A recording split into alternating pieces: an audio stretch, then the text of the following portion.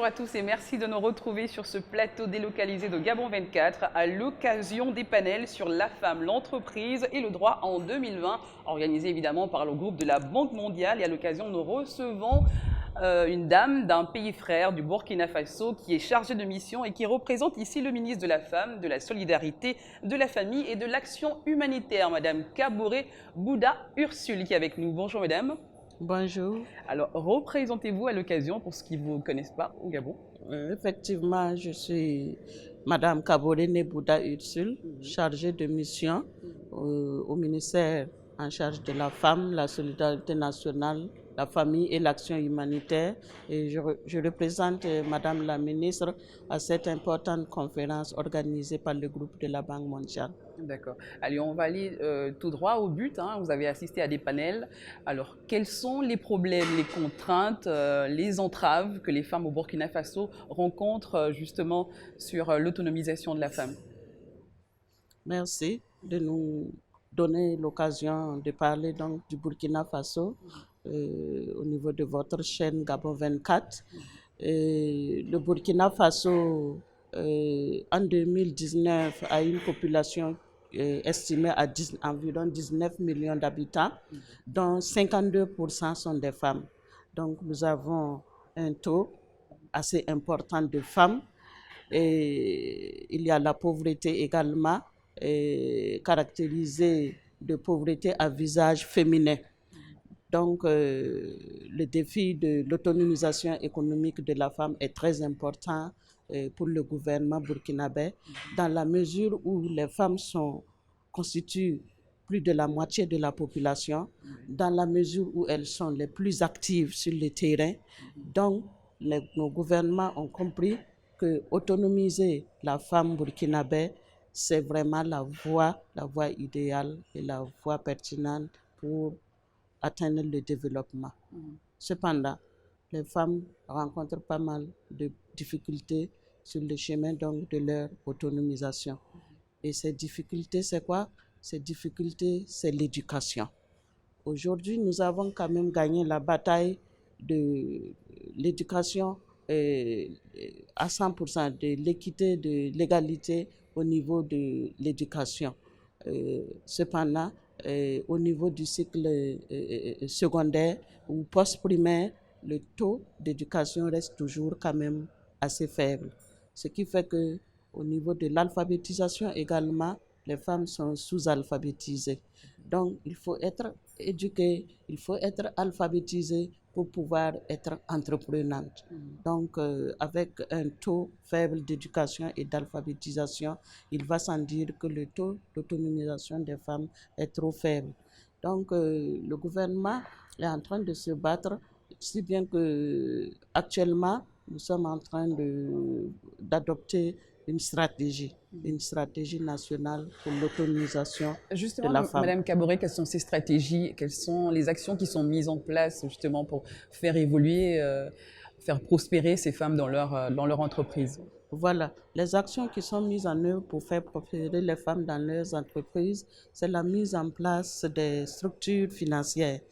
Vous savez qu'au Burkina Faso, nous avons ce que nous appelons le Fonds d'appui aux activités rémunératrices des femmes, le FARF, qui existe quand même depuis les années 90, voilà, qui essaie d'accompagner les femmes. Une ONG? Ce n'est pas une ONG, c'est une structure financière, un fonds d'appui pour les activités rémunératrices des femmes.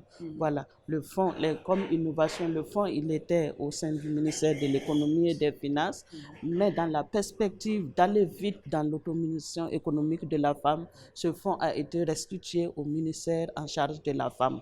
Parce que c'est nous qui avons les femmes, c'est nous qui connaissons les préoccupations, c'est nous qui les accompagnons et qui savons comment orienter les actions de ce fonds pour pouvoir atteindre toutes les couches vulnérables, pour mettre en place des mesures qui permettent de toucher les différentes spécificités, celles qui sont au début. Dans le panel de ce matin, on a dit qu'en matière d'entrepreneuriat féminin, il y a les débutantes, il y a les PME et il y a les grandes entreprises. Donc, au niveau de ce fonds, nous essayons d'accompagner chacun selon son niveau. Celles qui ont besoin d'un petit accompagnement, d'un petit crédit, elles s'organisent en association, voilà, entre 5 à 10 personnes pour pouvoir prendre de petits crédits et mettre en place des activités.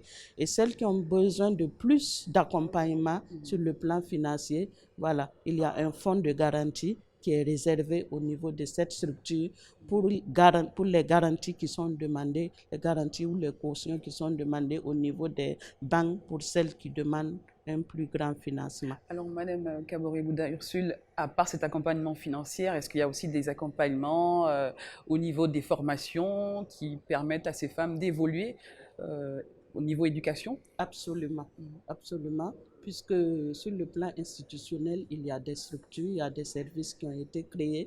Nous avons une direction générale en charge de l'autonomisation économique de la femme et qui mène des activités dans ce sens. Donc, il y a des formations qui sont données à des femmes par rapport aux jeunes filles, et celles qui sont déscolarisées, et elles sont placées en apprentissage.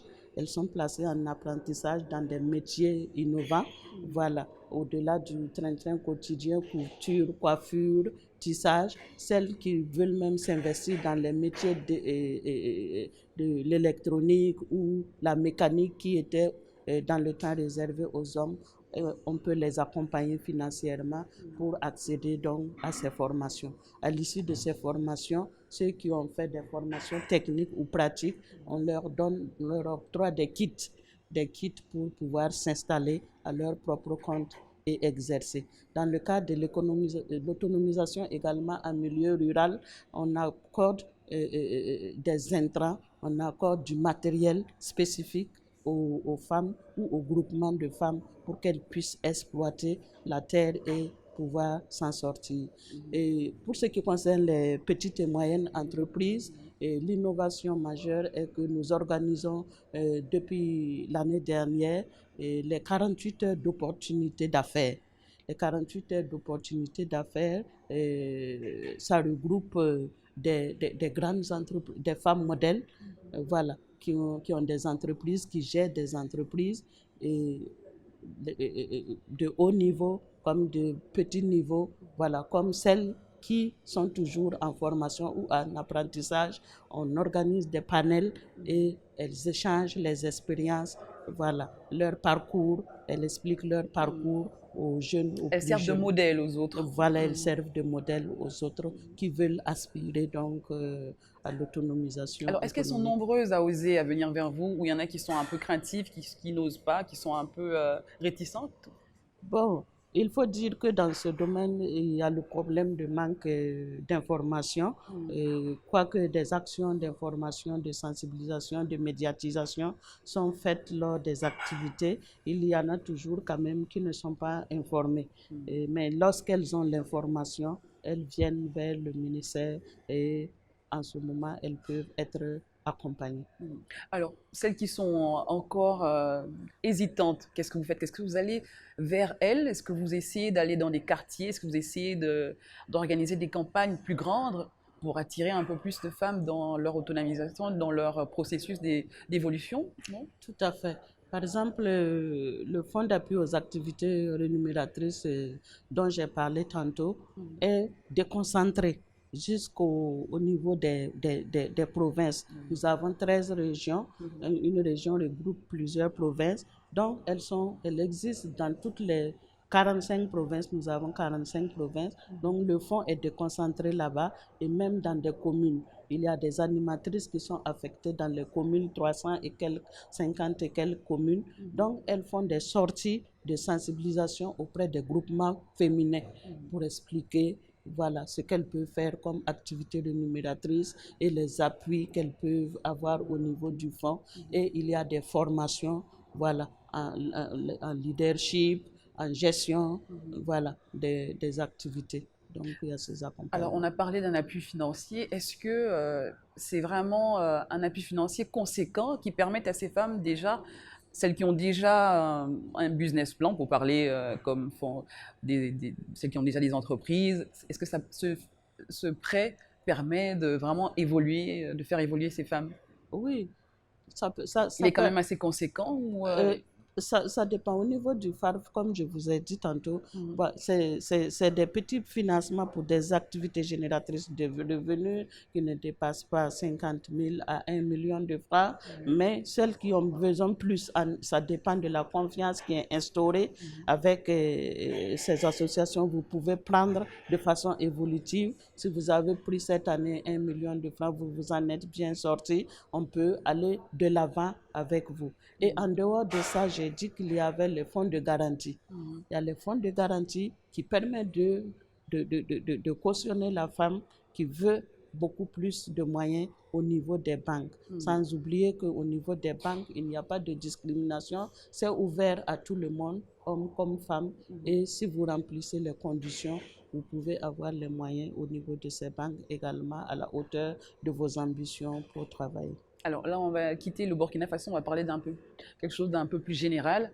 L'Afrique aujourd'hui a des barrières un peu culturelles. On a ces contraintes, on reste un peu dans notre petit cocon.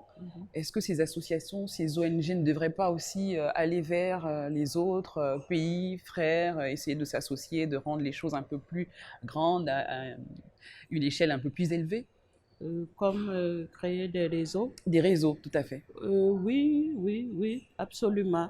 Je crois que il doit y avoir des réseaux quand même qui existent.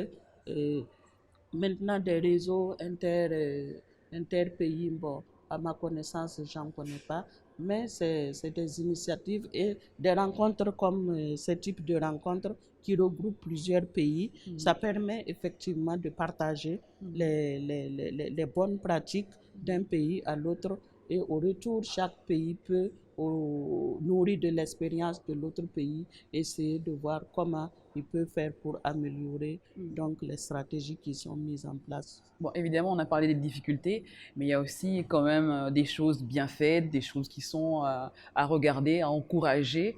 Alors, comment ça se passe? Il y a des femmes qui, quand même, qui, comme vous avez dit, qui servent de modèles, Oui. qui sont aujourd'hui, qui représentent, qui essaient d'attirer les autres et venir essayer de dire à ces femmes qu'on peut y arriver en travaillant dur.